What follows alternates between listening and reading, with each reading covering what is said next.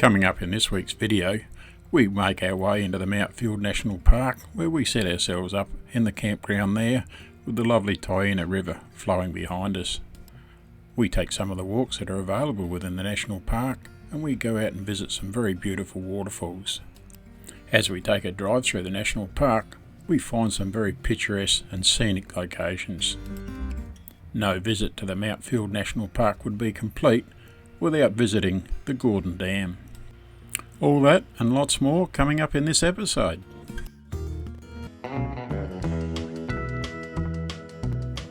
I'm Mick and this is Sally.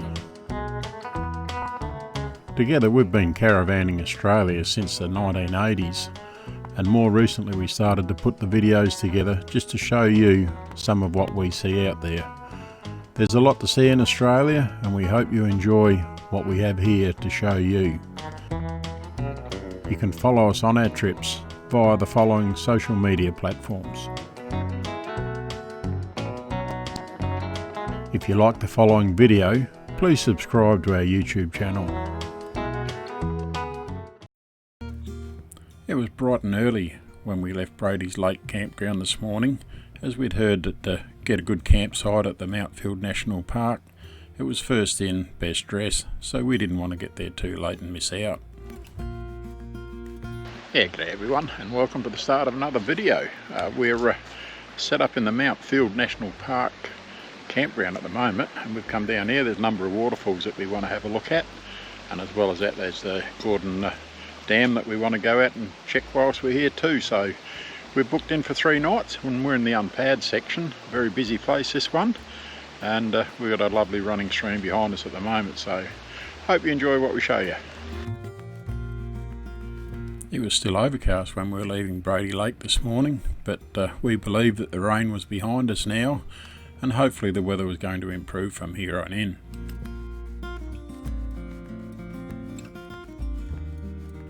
For most of the travelling that we were doing today, we didn't really have any high mountains to climb up onto, but in saying that, we still had the windy Tasmanian roads to deal with.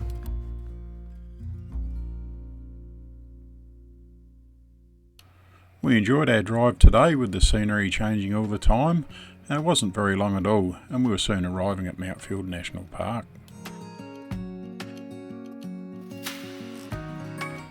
Although the sign at the gate did say campground full, we parked the van and went for a walk to see what was available, because we were arriving at the time that people were leaving, and that was 10 o'clock or 10 a.m. in the morning. That was checkout time. So before long we had a site that we could soon set ourselves up on.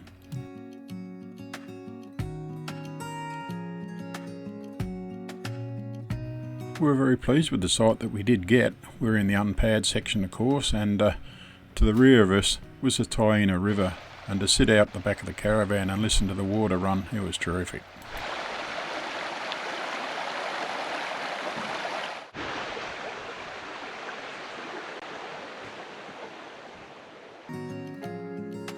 This campground does offer a few pad sites, and as well as that it's got the normal amenities block and a bit of a barbecue cum camp kitchen here for patrons to use.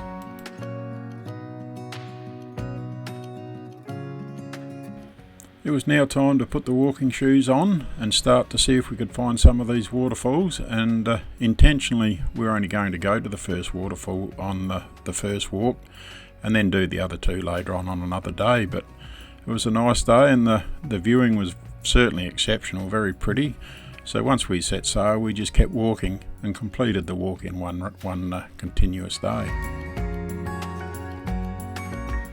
The first walk that we're going to see on our walk today was the Russell Falls, and as we started the walk we did note that the rainforest here was a little bit drier than the ones that we'd previously been in.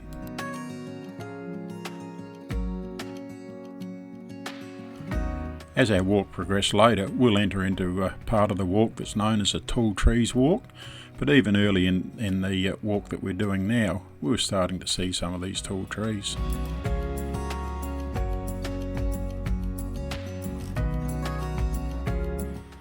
Even though the rainforest did appear that little bit drier as mentioned before, it was still very pretty and spectacular to walk through.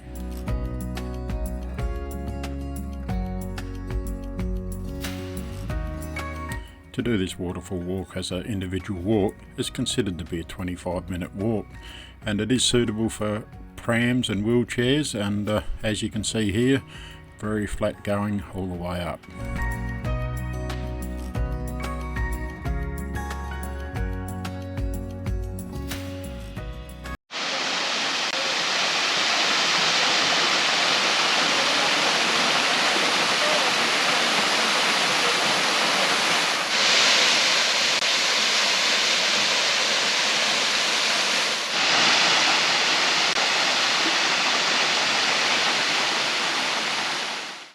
Now, leaving Russell Falls behind us, the next one that we're going to go to is called Horseshoe Falls.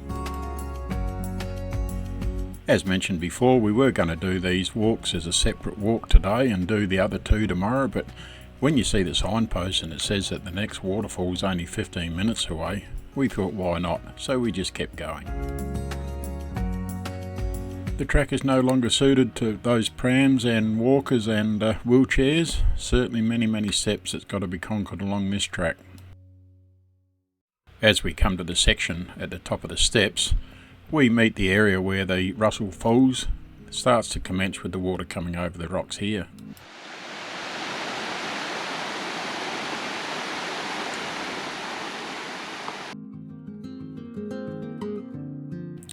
Be very interesting to know how much water under a normal season would be flowing down these rivers here.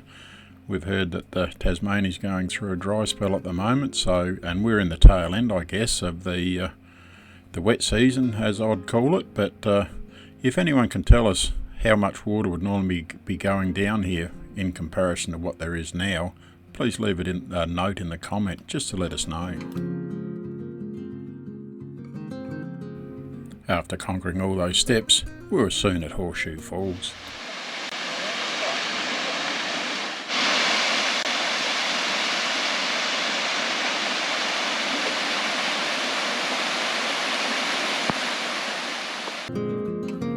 From the Horseshoe Falls, we started to make our way to the Lady Barron Falls, and that was going to be a 50-minute walk from where we were at the moment. But in between here and there was the Tall Trees Walk, and that was only 15 minutes away. There's certainly some big timber in this area, as seen here, and when this one come crushing down, it's almost as though it's exploded when it's hit the ground. So once again, if anyone knows why it's like this and what causes it, please leave a note in the comment. It just looks like it's had white ants or something get into it, and that's caused the tree limb to fall in the first place.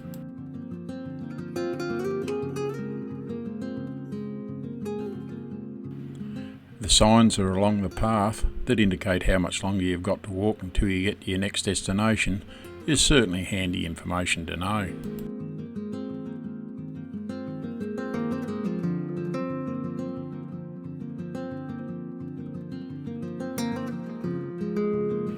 As we make our way through the Tall Trees Walk now, some of these trees are absolutely awesome to look at. How high they'd be, I don't really know. I'd have to have a guess and say somewhere between 50 and 70 metres tall. Certainly very big around at times and very high to look at. Both Sally and I enjoy walking through these ferns as we go through a rainforest. It's very, very eye-catching. As we look at the sign here, I guess it's telling us that we're halfway between Russell Falls and the next one that we're going to, that being Lady Barron Falls.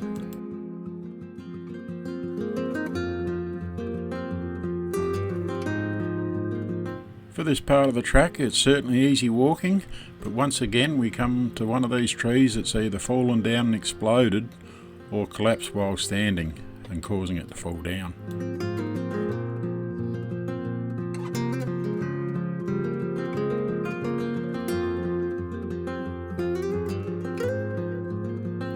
When these huge trees fall down across the path, looking here, the easiest way to handle it must be to cut a section out of the tree, reopen the path, and then it all begins again.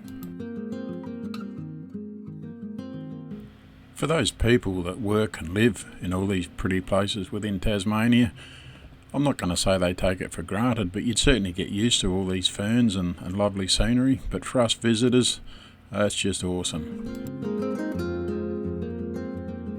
After just a few more steps, we soon arrive here at Lady Barron Falls.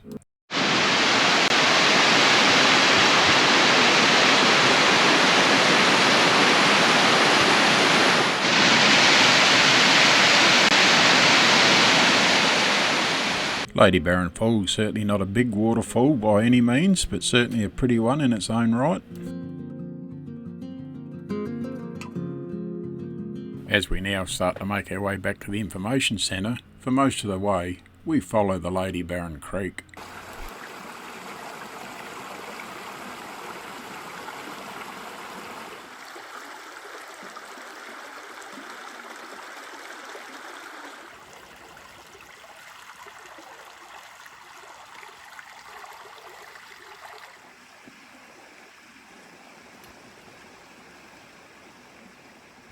When the path takes us away from the Lady Barron Creek, we're back into the ferns and the very big timber again.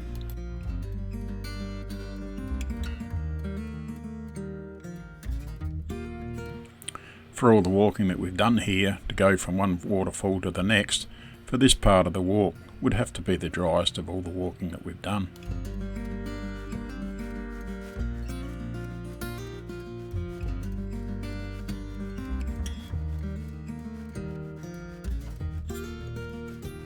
Even though the walk does appear to be dry in places, it's still very picturesque, and as it crosses over the Lady Barron Creek periodically on the bridges, it certainly makes the walk well worthwhile. Well, you might think the walk is well worthwhile until you see these steps. Now, we didn't count them, but by golly, is there a lot of them to climb up, and it's a long way to the top.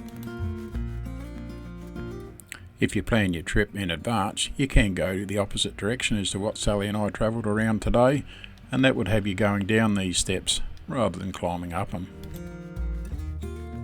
As we're nearly back to the caravan, just outside the campground was this paddy melon feeding on grass.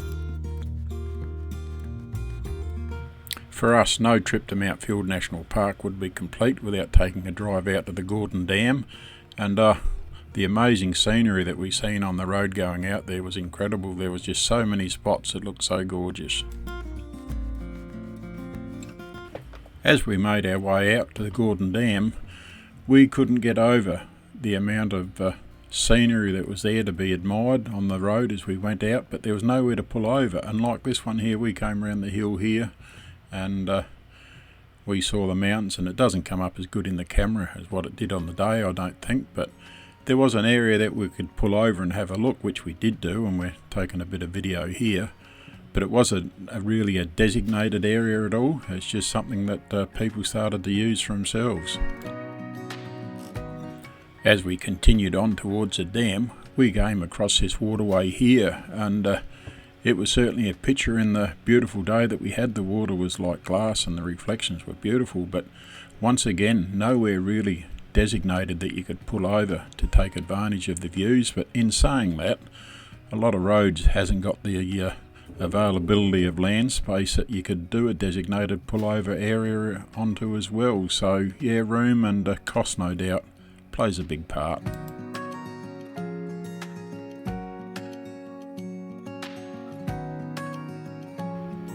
As we travelled along, we weren't in a hurry, so we were mindful of what we might see around the next bend, and always took advantages of areas like this so we could pull over and capture all these beautiful views.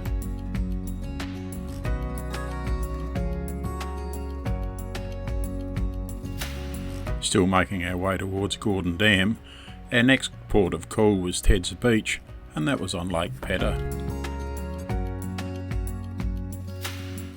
For those that wish to, you can camp right on the beach here. Now, I didn't walk right along the beach up towards where people were camping. Whether it's suitable to take the weight of a full-blown caravan, I don't know. People that were camping there were in more smaller vehicles and much lighter, of course, so they wouldn't have had the problem of sinking down into the sand if it was soft. Not very much further continuing along the road from Ted's Beach, you come to Pedder's Lake Lookout, and here you get an elevated view as you look across the lake.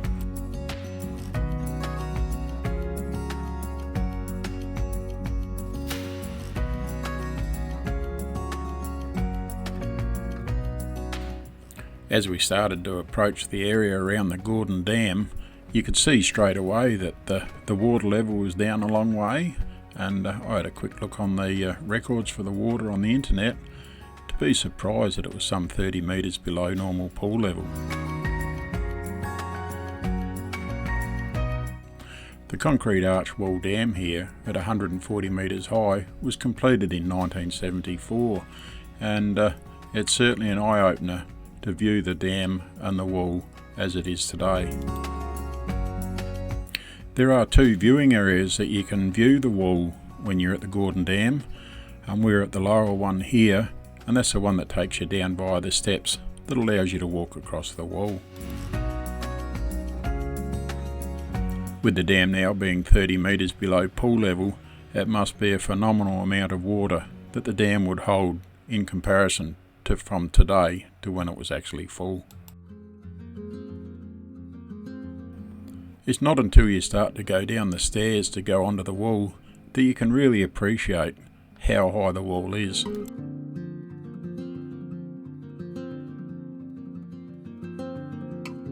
Once we're out on the wall walking across, you can look across and down to the bottom on the non-water side of the wall, and it's at that stage then that you really marvel at how far down it is.